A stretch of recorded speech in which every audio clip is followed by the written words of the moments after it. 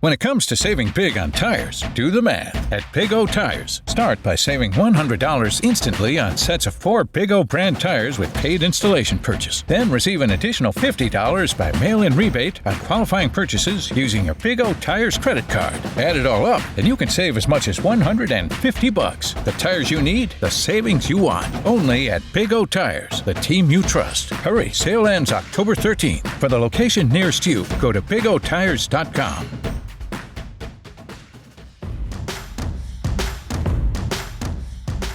Welcome to Sports Beat KC, the Kansas City Star's daily sports podcast presented by Big O Tires. I'm your host, Blair Kirchhoff, and today is Monday, September 23rd. Today's episode was recorded Sunday after the Chiefs' 33-28 victory over the Baltimore Ravens. And Sam Mellinger, Vahe Gregorian, and Sam McDowell join me in the press box to unpack the Chiefs' third victory of the season. Links to our stories can be found in the show notes on kansascity.com and via the Red Zone Extra app. Thanks to Kathy Liu and Leah Becerra for putting together today's show. And if you're listening to us on Apple Podcasts, please give us a rate and review. We'll be back on Tuesday with another edition of Sports Beat KC. Welcome to Facebook Live, Red Zone Extra. We're here after the Chiefs' 33-28 victory over the Baltimore Ravens here at Arrowhead. On my far right, you got Sam McDowell. Next to me, Sam Mellinger. Vahe Gregorian is tying a nice little bow at the end of his story. Sure is. And he'll join us here in just a few minutes. Guys, I got to the stadium at, the game started about 6.5 hours ago. I got to the stadium about 3 hours before that. My shoes are still wet. They are still wet. That's how wet it was coming into the. I timed it just right, you know, just right in the downpour. But the rain held off for the game for the most part. Rained a little bit in the second half, but the rain held off, and they got this one in without any kind of delays or anything like that. I don't think the field conditions had anything to do with with the play. So Chiefs win again. Let me start by I'm going to read you some stats here. Some Patrick Mahomes stats. This point a year ago, Patrick Mahomes had 13 touchdown passes, no interceptions. This year, 10 touchdown passes, no interceptions.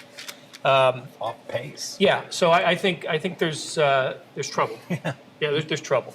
No, he was tremendous again, and you come to Chiefs games or you watch Chiefs games and you try to find something to write about besides Patrick Mahomes or to concentrate on besides Mahomes. It's hard to do. Yeah. It's quite the challenge, isn't it? He's overwhelming. I mean, I was thinking about this. The Chiefs missing against a really good defense, one of the better defenses in the league. Yes. Missing their best receiver, their starting running back, and their starting left tackle, which created, and the Ravens do a great job on blitzes and disguising all that stuff anyway. But then it's when it's makeshift, those problems become even worse.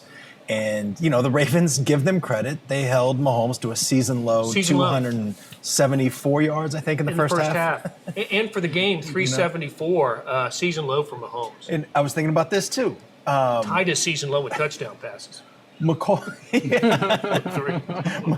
Hardman has an 83 and 42-yard touchdown reception in the last 2 weeks. Demarcus Robinson was the most productive receiver in the league last week. And this week had just an amazing double move, find the ball when it's almost in your hands, one-handed catch near the sideline in the end zone. And one of those guys is the Chiefs' fifth best pass-catching option. One of them. And that's if you don't count running backs. Right. And you probably should count running backs. Yeah, in this offense. Sure. I mean, I don't know, man. The Ravens scored first, and we'll talk about going for two here in a little while. Because they did that often today. So the Ravens score first, and then the Chiefs rip off 23 straight points. It was kind of like Oakland last week. The Chiefs, did they score in the first play of the second quarter, or it was right at the beginning of the second quarter? Because it was all 23 came in the second quarter, if I'm not mistaken. Sam McDowell, you talked to Demarcus Robinson a little bit after the game. He talked about his touchdown reception. I swear, you didn't see this in the TV replays, but I'm telling you, he didn't turn his head until the last possible moment to track the ball, and then he makes not a one-handed. He catches it with, or at least sticks his paw out to get it. Has to kind of tightrope a little bit, I thought it was a beautiful throw and catch. Yeah, so he actually saw the throw before he makes the last move. So that's what was kind of interesting about that play. And if you watch the replay, you can see what he's talking about. He's peeking back at Mahomes before he makes that last move on Brandon Carr. He says he sees him rear back and start to throw it, and he knows for sure the ball's coming towards him the way Mahomes is angled on the play. But he feels like he hasn't created any separation for Brandon Carr at that point. So then he makes that double move that you're talking about, the second half of that where he jukes inside toward the middle. Luckily for him, Brandon Carr's eyes are fixated on him rather than looking back in the backfield.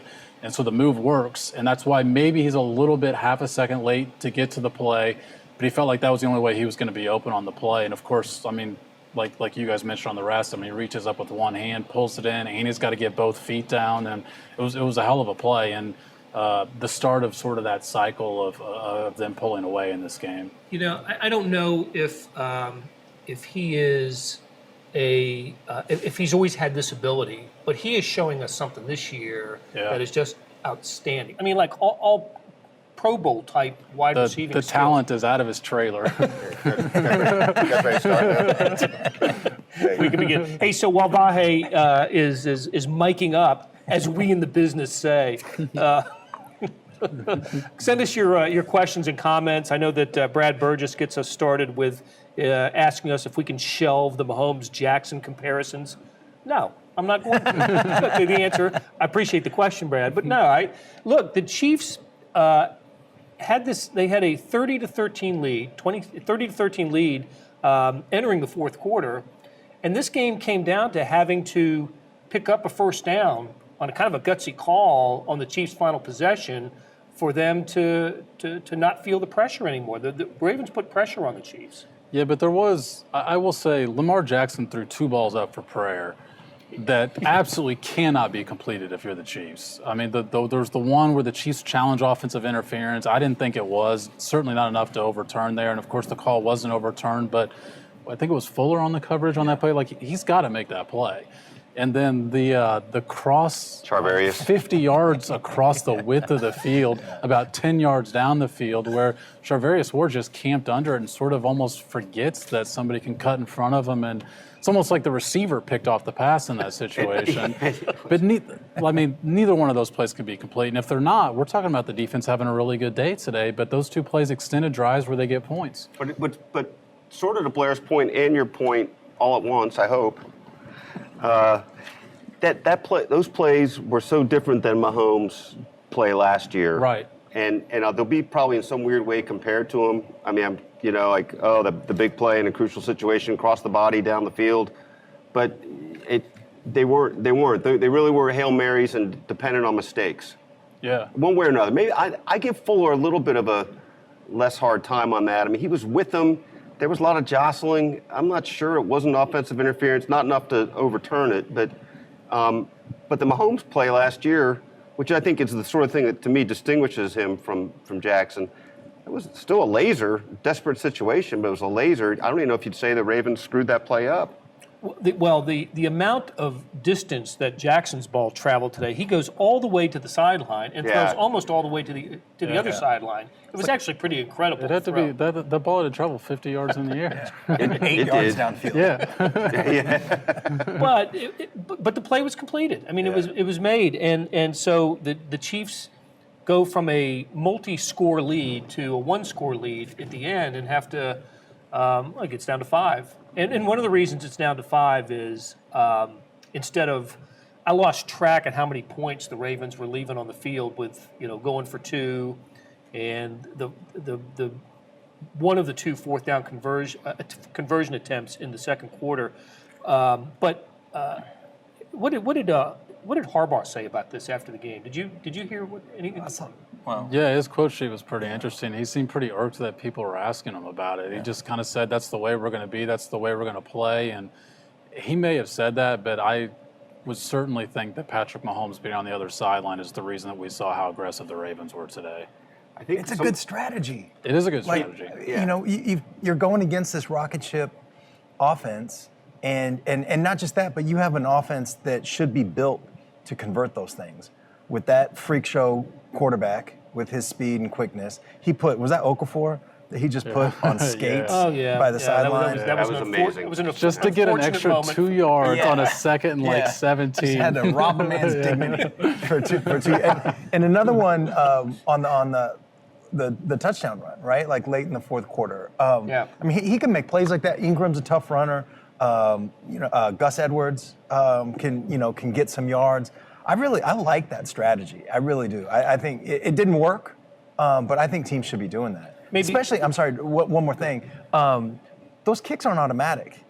I mean, Butker missed one. Yeah, Well, you do have Tucker, and that's the reason some of the He's Chiefs great. were surprised because he's probably the best kicker in the league. he's great, but that still it goes down to like and I'm not saying it's a big deal, but it goes down to this is what Harbaugh was talking about with the analytics, I think, because that goes down to about a 92% kick now. It used to be 100, and now it changes the math a little Are bit. you I saying like that the about aggression. the 2-point conversions too, or are you saying that just about the fourth downs? All of it. I think all think part they and should parcel, be. kinda? Yeah, I think you look. I mean, I said it the first time, like kind of mostly joking probably, and then I was half joking, and now I don't think I'm joking anymore. Like Mahomes is their best defender. He's their best defensive player. Like he forces teams into these situations. I get why they do it, and I get, most football coaches I think are like very risk averse, and John Harbaugh I think thinks a little bit differently. He's more calculated and believes in the numbers, but I think it's a sound strategy. Maybe it plays to their strength. I don't know. They run the ball well. Ingram ran the ball They do. really well today, 100 yards, 3 touchdowns. But apropos to nothing, I can remember the Fiesta Bowl game 5 or 6 years ago, Oregon and Kansas State playing. Yeah. And Oregon, maybe they run back the kick. It was DeAnthony Thomas who scores early, and Chip Kelly decides to go for 2 right there and then. It's 8-0, and Kansas State totally demoralized. And I just thought, that's kind of smart. That was kind of, it worked, so it was smart. Today, I thought just the opposite. I thought when the Ravens didn't get the 2-point conversion to start the game, when they took the point off the board, Tucker made the extra point. Made it, yep. Chris Jones was called for, lining up. I don't know what the penalty was. I think too many guys on one side of the ball. That's probably what it was. So they moved the ball to the 1, and I'm thinking, you know what, that's probably not a bad strategy, especially with Lamar Jackson as quarterback. The guy's elusive as hell, but they don't get it. And now it's 6-0, and now, you've kind of wasted a bullet, I thought. Yep. You had a chance to come in here and put an 8 on the board and kind of, what's this about? And now it's 6-0, and the Chiefs responded immediately to that. After they'd held the Chiefs, the Ravens' first touchdown came after they had forced a punt from the Chiefs. Yep. So I thought they maybe with an opportunity to they missed an opportunity to maybe take a little bit of control of things. Yeah, and one of the differences in sort of the analytics that he's referencing is they had already made the extra point. That's It's exactly right. It's a little bit different in Yep. that fourth quarter when they go for it, although I still don't understand the math on the numbers for why they went for it there, other than just predicting the Chiefs were going to score again. But when you've already got the point, that takes the percentage, that weighs the percentages differently. I think that the fourth downs make a lot more sense to me because you're going to give the ball back to the Chiefs offense regardless if you don't get the fourth down or if you punt it. And all you're doing is just adding to the amount of yards that Patrick Mahomes and the Chiefs have to drive. And that's where I feel more comfortable just trying to keep the ball as opposed to give the ball back as opposed to the 2-point conversion. I felt less comfortable about them going for those 2-point conversions than I did about them keeping the offense on the field for fourth downs. I feel the same way, and yet I do wonder if in the end it's just all part of a philosophy you're playing by. The whole thing is like, we're doing all this, we're going to pour all this stuff into the way we're playing. This is the way we play. The players liked it. You saw Mark Ingram's quote afterwards. I think he said, I love it 3 times when somebody asked him the question. I mean, I do think that there's something to be said about your players believing in what you're doing. I think it also ticks off the defense, though. And we talked to we talked to some Chiefs defensive players after the game. It's an insult, and one of them told me that they back. felt disrespected. It said it pissed us off. We felt disrespected by it, but. A further explanation is they just feel like the Chiefs' offense is better than the Chiefs' defense, and how can we disagree with that? That is not a hot take. Especially with a defender like Mahomes. Right. Exactly. Well, and the Chiefs have proved, if nothing else, they've proved a lot, but in these 3 games, they can score from anywhere in the field at any time, right? Yeah. I mean, they scored from the 17 today in one play. And last week at Oakland, they go 95 and 94 on back-to-back possessions. Good point. So, look, maybe Harbaugh knows what he's doing. He's a Super Bowl winning coach. He's a good coach, and that's a good team. So And they backdoor covered this game. So, I mean, they made it closer than it probably should have been. I thought the Chiefs outplayed them for most of the afternoon, but there the Ravens were with, a third down stop away from getting the ball back, having to go a long way, down 5. But on that play, and you probably wrote a little bit about this. So it's 3rd and 9. Yeah, 3rd and 9. Go ahead. Well, I'm trying to think of where the Chiefs were on their side of the field. Their own 37. Okay. Conventional wisdom 51. says run the ball here, bleed another 45, 50 seconds. Yep. You'll end up kicking it, and Baltimore will get the ball back with 45 seconds. Out of timeouts. Without a timeout, and they need a touchdown, not a field goal. Unlikely you're going to score, but the Chiefs said you're not getting the ball back. Yeah, look, and it was calculated, right? I mean, and it wasn't like they're just rolling the dice, going with some gut feeling. I mean, in fact, that's part of the point that was made afterwards is, how much they've talked through these scenarios in their night before meetings and everything, and Andy called it Pat's play. I mean, it was a play that Patrick wanted in that situation. He has some voice in the not necessarily the game plan itself, but in the sort of subdivisions of the game plan, moments and situations. And so it's a play Patrick liked. It's the play they did. I couldn't remember, when I asked Andy about it, he playfully gave me some guff about I should have remembered that they ran a similar play last week. I don't recall the play specifically. Some variation of the play as well. But that's how I took it. And I think that the notion was that maybe Baltimore bit a little bit on that. Maybe maybe they threw to where they pumped last week. I just can't quite bring in the play, but I got the feeling they felt like they set Baltimore up a little bit with that look last week. Well, and how about the idea that it didn't go to Damian Williams, who didn't play today because of a knee bruise, and it didn't go to LaShawn McCoy, who was out of the game with an ankle injury.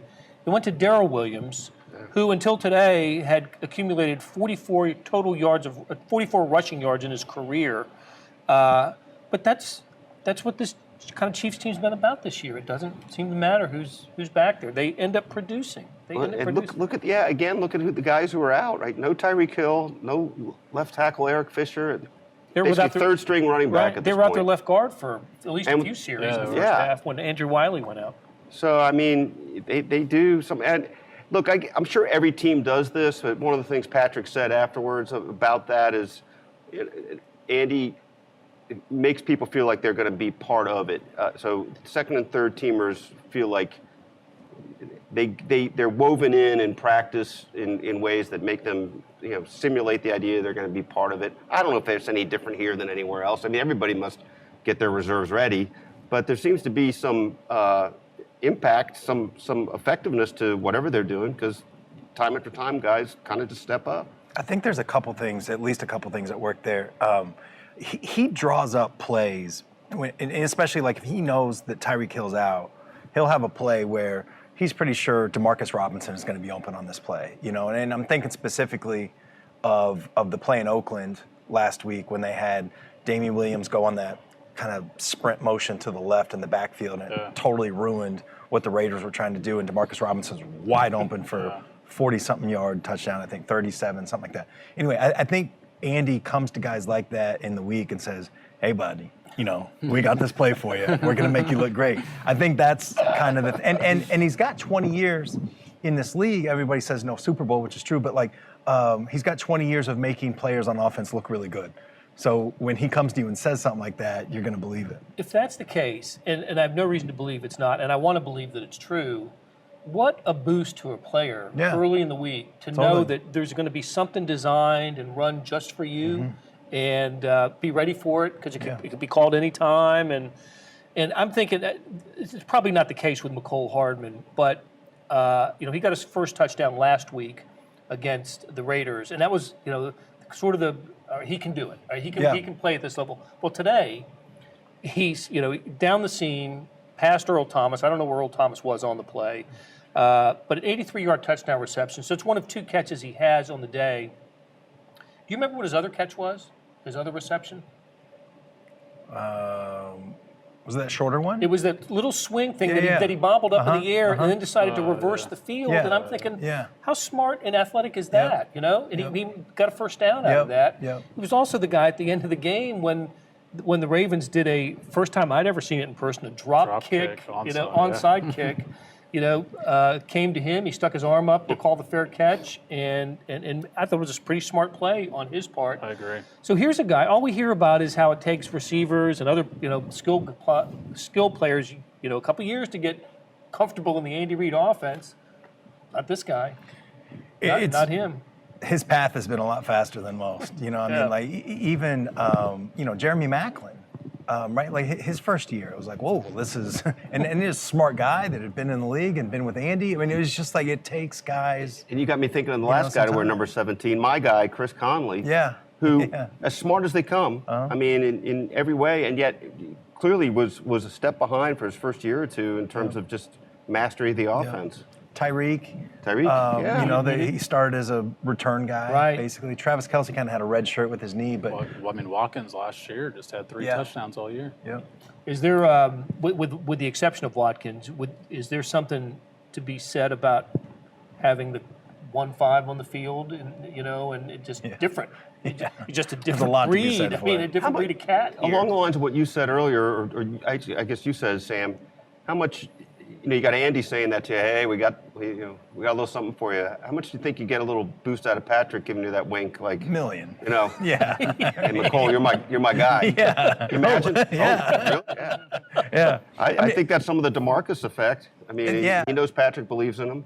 Because it's chicken and egg, but on that play, the Hardman play, it was Robinson. I forgot the other one, but there were 3 receivers that were basically sprinting down the field.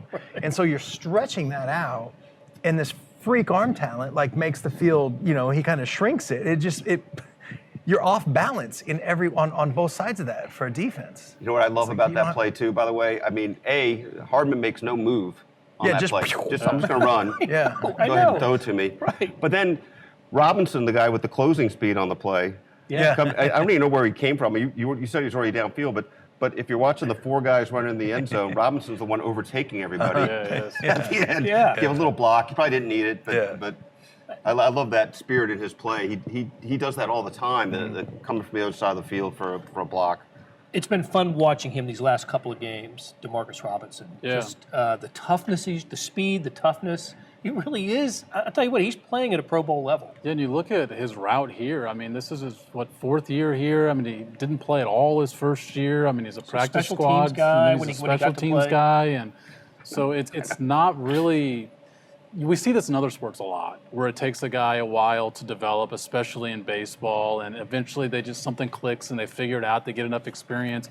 In football, to be patient with a guy like that, I mean, you said he's played special teams. If he hadn't, I doubt this team would have stuck with him in year 2. The Chiefs saw something in him. He must flash in practice that the parts of practice we don't get to see. They must really see something in him. I was surprised by the speed he had on the play that you guys are talking about, because I actually think he's gaining ground even on Hardman on that play. I was kind of surprised he had that sort of breakaway speed. You guys may have talked about this before the talent got here, but did you talk about his catch? That touchdown catch? That was astounding, really. The more you look at it, I mean, and I think you were saying it in the press box. I mean, the way, maybe I was between 2 Sams, between 2 Ferns. The way he swiveled the head, I mean, that ball was already there.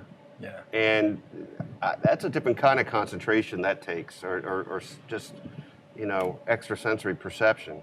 All right, hey, Jeremy Barnes, we're on the right. We're thinking alike here. He wants to know what we think about the defense.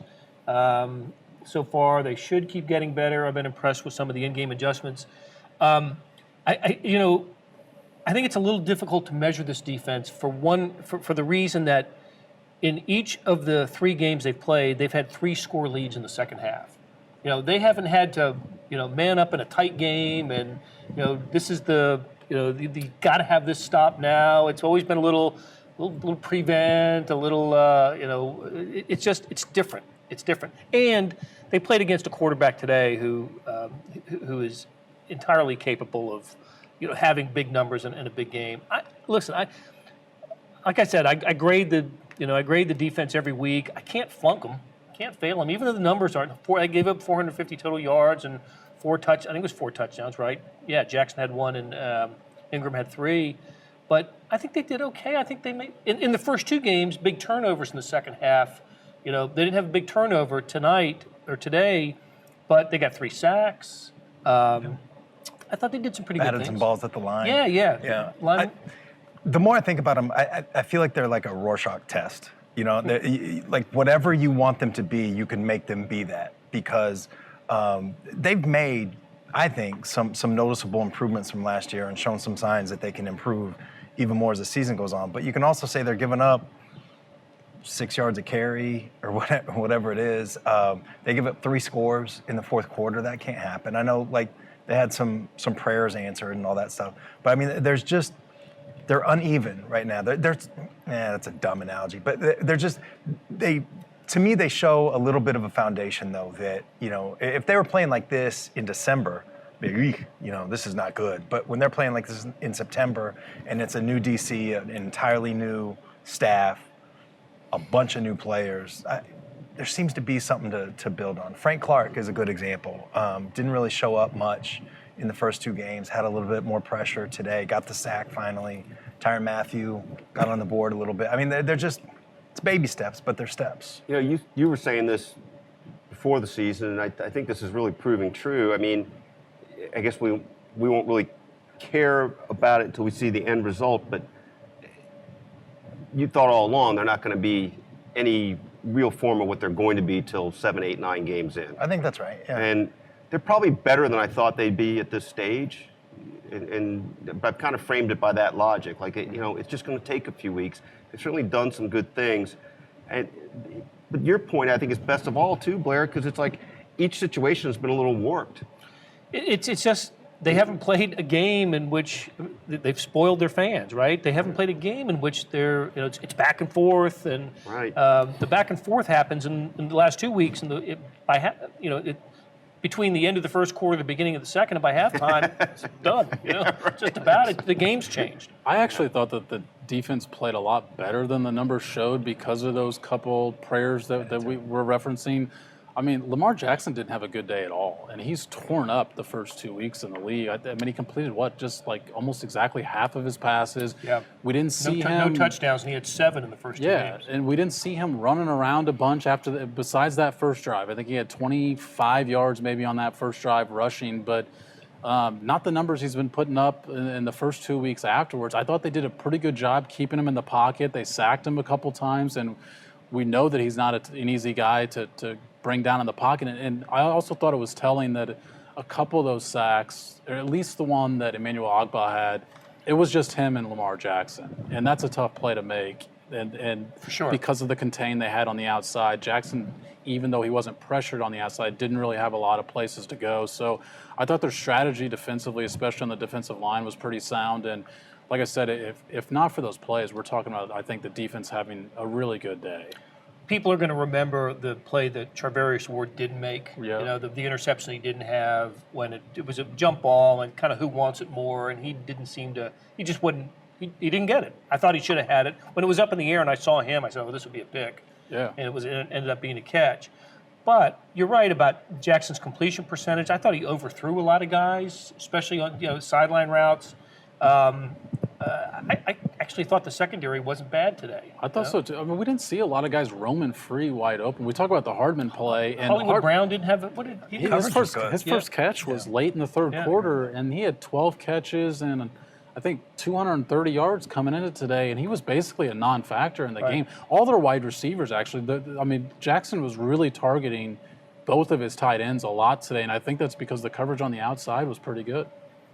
I think so too, and I thought they did a decent job getting to him. I thought it was interesting that when we talked to Andy Reid after the game, he always goes kind of down a list of things he wants to cover, before he takes questions. And he made sure to mention Frank Clark.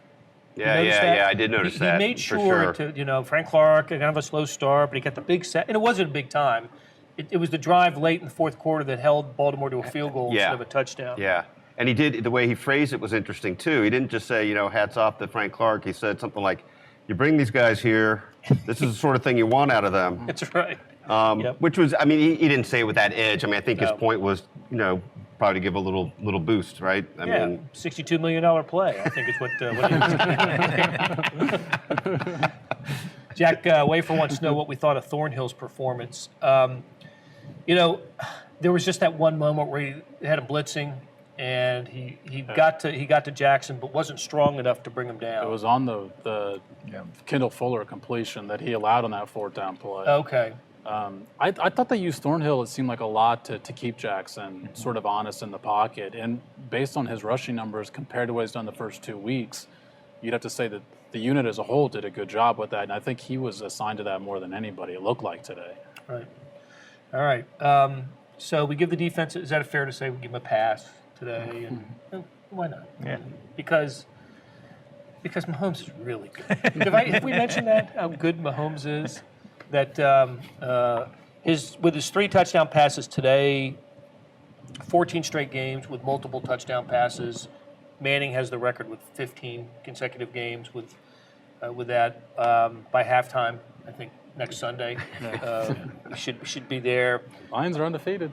I literally knew you were going to say that. Undefeated.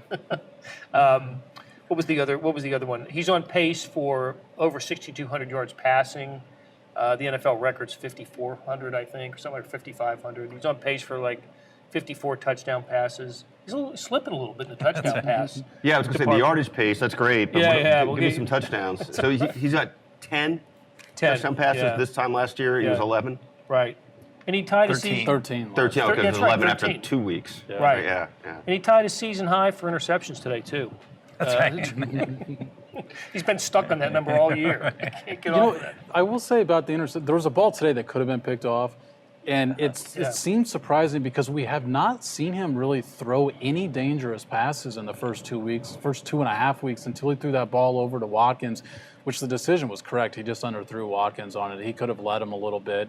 But I thought he got away with some balls last year that just weren't picked, that were some dangerous passes. I think he's throwing just safer passes this year, more calculated passes this year. Was He it had a pickable ball last week. You said, I thought you had a tweet today that when you saw one today, and that was his only second one. It was that ball to Watkins, and there was one last week that, if I remember, it kind of went off a Raiders defender's hands. And then later in that same drive, he threw an interception, but there was defensive, I can't remember if they said holding or pass interference. Yeah, but, there was pass interference. There's a penalty on that ball. There was a play today, I think it was a really nice, I think it was DeMarcus Robinson, really got up for it, going this way on the field.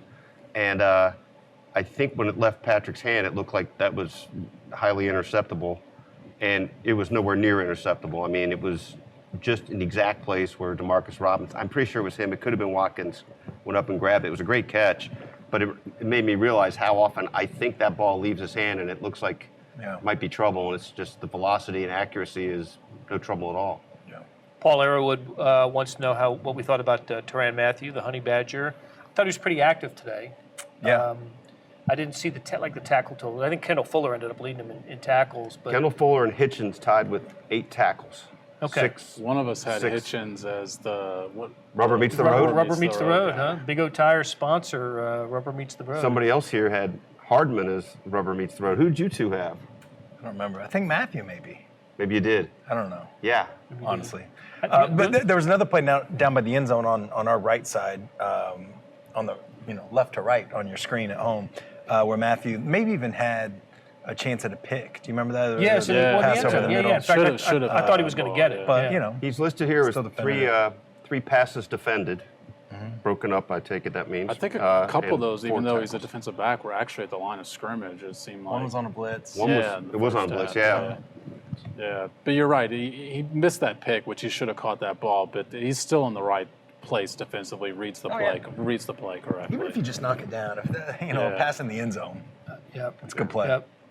Okay, we've all noticed the results of other games today. Did the Chargers end up losing? I believe the Houstons held on for a W at the San Diego Chargers of Los Angeles, and that gives the Chiefs a 2-game lead.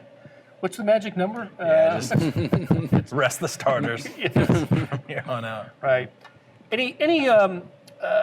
Look, 0-3 Broncos, 1-2 Raiders, and Chargers, 3-0 Chiefs.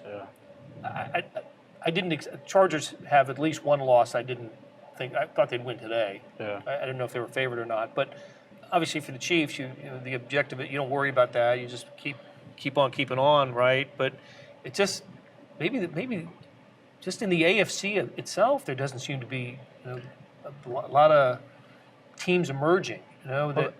I still think the Ravens are a playoff team. I think they're a really good team, but it was in my head a little bit that You thought they were really good. Like, you Yeah. thought they were winning today's game. I did. Good. I did.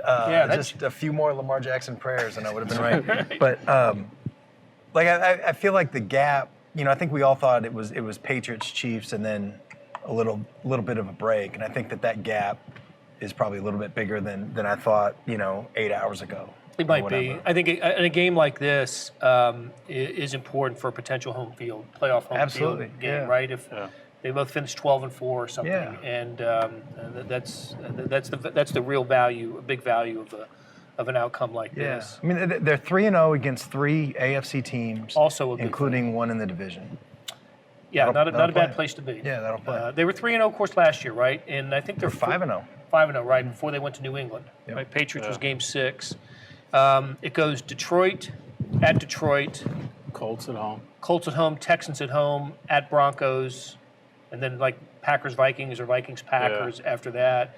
They're going to be favored in every one of those games, right? They're going to be favored in every game. They're going to be favored in every game, but maybe New England. Except yeah. New England. I mean, like Sam said, I think one of the reasons you picked the Ravens was because you just felt like they're going to lose one game that they're favored in, that they probably shouldn't, that nobody expects them to really lose. But on paper, I mean, they're going to be favored in 15 or 16 games They this should go year. 15-1 at worst.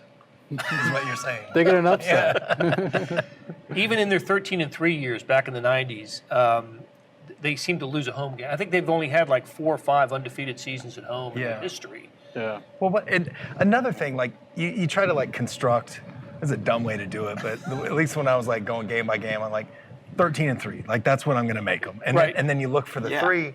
And one of the things that's in my head is that Andy Reid. We talked about this, I think, maybe on Thursday, but like they don't play poorly against bad teams. Like you know they beat bad teams, as Dick Vermeil always used to emphasize. The losses come against playoff teams, and even though they're not playing bad, they didn't play poorly in a game last year. They played poorly in 2 first halves against the Patriots, but overall, you know what I mean. So like it's just. That's a really interesting point, actually. You've made it before, but it's really resonating now. It's been a long time since they just didn't play well. Yeah. Right, overall for a whole game. Yeah. We talked about last week. I think you have to go back to that stretch in 2016 where they lost 5 in a row. A great start. Jets, Giants. Yep. Bills were in there too. Yeah. Tyrod Taylor, remember that team? Tyrod Taylor. The quarterback who carved up the Chiefs. Befuddled the Chiefs. No matter who he was playing for. Alex Mitchell says, I think we look much better as a team today. Why doesn't the score reflect that? Look, because the Ravens are a good team. That's the simple thing. And the lead of my game story was, for one series in the second half, the Chiefs didn't throw the ball, right? And that was when they didn't get the 4th down conversion. So what the hell are they doing? What is that? Did you use that term? Yeah. I used heck. I did. But this is Facebook Live and it's dark. It is, yeah. So what the hell? I mean, I'm glad you got into that point. We were talking about this. I don't know if there's any way to gauge it, and you'd have to figure out different permutations of it, if that's the right word. But how many series since Patrick Mahomes has been the starting quarterback have there been no passes on the series? And how many, by the way, how many of those were anything less than a 3 and out anyway? I mean, or anything more than a 3 and out? It was really a strange sight. It was. What the heck? Yeah, what the heck? And that was the series where LaShawn McCoy had the 25-yard run on first down to get him to midfield. Yeah. And I imagine at the time they thought, okay, we can bleed some clock and, ride McCoy and. I thought McCoy said something interesting today in the locker room. He said it's the first offense he's played on where he's not the best player. And so That's great. First of He's all, right. I mean, all, it's just a great thing to say. Right. But second of all, he's not really that close to the best player on this offense, even if you don't include the quarterback. I mean, you look at Travis Kelce when Tyreek Hill's healthy, but he said the space he has when he runs the ball is different because he doesn't feel like the whole defense is like, where's number 25 on the field? Right. It's an awesome thing to say. It is. I love that. I love that. Okay, and we're going to wrap it up here with some really quick final thoughts. We've covered most of the bases here, but Vahe, what say you? Your punishment for being late is you're first to bat. Just as the this. final thought. I just maybe you spoke to it, but so Andy Reid now is the 6th winningest coach in NFL history, 210 wins, surpassing Chuck Noll. What's different between the two? Chuck Noll has 4 Super Bowls, and everybody ahead of Andy has multiple NFL championships. Some of them were in the pre-Super Bowl era. So I do believe Andy's a guy who's going to win a Super Bowl, and I tend to think that sort of thing happens more than once you break the seal. But got to win the first one. You thought that before the quarterback arrived as well. Yeah, I think that's true. You did. And really, how can you not think it now, honestly? I mean, I get that there's still that defensive trapdoor. You just don't know on the defense. But they're never going to be out of it. Right. You know, so so just that, you know, kudos to Andy Reid. I mean, you know, Sam has used this term, and this is true. I mean, saved the franchise to some degree. Sure, sure did. All right, Melly, what you got? I didn't realize this until being informed by Twitter, but then I thought through it, and it is accurate. Patrick Mahomes has never played in a dome before. He's going to throw for all the yards. That's right. All of the yards he will gain. He will gain. Ever since I saw that, I was like, I mean, you know, they played in the Mercedes Dome in the preseason. And do you remember what he did in that game? Do you remember the ball he threw in that Do you game? think climate control is in his favor? Yeah, so that's just what I've been, like, ever since I saw it, I was like, oh my God. All of the yards. It's going to be a problem. I think Harrison Butker might kick a 70-yarder next week. All right, Sam Mack. To me, what stands out the most is just the way the offense can just plug in a new guy. And I think it's a credit to what Andy Reid has designed, but obviously also the quarterback. And those two together, they've got a bunch of talent around those two guys, but it's starting to seem more and more like it doesn't even matter how much talent they have around those two guys. I mean, we've seen guys that just haven't had success in this league before, whether it's because you're a rookie and you're McCole Hardman, or whether it's because you're Demarcus Robinson and haven't had much of a chance to really break out, or a guy like Sammy Watkins that didn't have a great year last year, but it seems like when you've got Mahomes and Reid, everything seems to fit, even no matter who's missing. As much as we like to panic when they're missing this guy or this guy or this guy, the offense just keeps going. All right. Okay, I'll end it with a couple of thoughts. Shout out to Dustin Colquitt. I'm with you, Barbara Hedrick. You know, Colquitt set the club record for games played by a Chiefs player today when he trotted on the field to punt. I thought it would be for a hold or an extra point or a field goal, but he broke the record by punting in the first quarter. 225 games for Dustin Colquitt. You think the offense just wanted him to have that moment? Maybe just to run out there by himself. That's right. One of the all-time good guys. Great guy in the locker room. And finally, I'll say this: there will be a new cast member soon to this group. Herbie Tiope is going to join us. I don't know if he'll be at Big O Tires on Thursday. They'll definitely be in Detroit. Be. Yeah, damn right he better be. That's right. What are we paying him for? That's right.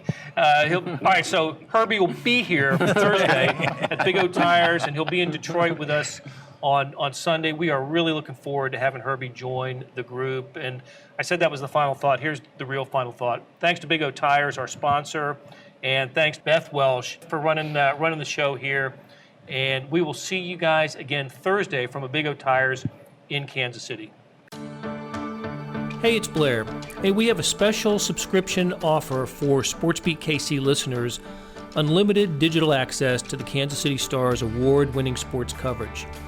Sign up now for 1 year of Sports Pass for access to all the sports news, features, and columns we have to offer. And it's only $30. That's a 40% savings off our regular rate.